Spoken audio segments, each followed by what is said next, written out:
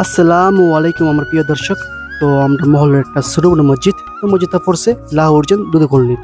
তো এই মসজিদের মধ্যে একটা আছে মাদ্রাসা।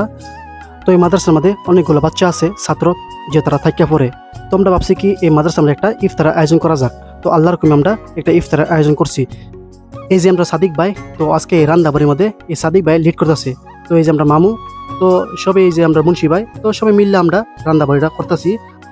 এই যে আমরা শামসুদ্দিন ভাই দেখলে করতেছি কুস্তা কুস্তি। এই যে আমরা কামাল ভাই, আমরা কলোনির ডক্টর। বর্তমানে এই যে কামাল ভাই মাংসের মধ্যে মশলা মারতে আছে, বহুত হি মেহনত করেওয়ালা বান্দা। তো বর্তমানে ডক্টর আমরা কলোনির, ঠিক আছে।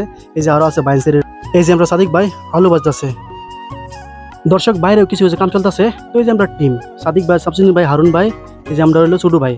তো আইনেরা যদি কেউ ইফতার করাইতে ইরাদা আছে তো আমার লগে যোগাযোগ করবেন, ইনশাল্লাহ কাম হয়ে যাইব। এই যে বর্তমানে ফ্ল্যাট লাগাইতে আছে, তো দস্তরখানাত পঞ্চানি হইব। এই যে ফ্ল্যাট সুন্দরভাবে লাগাই আছে সাদিক ভাই।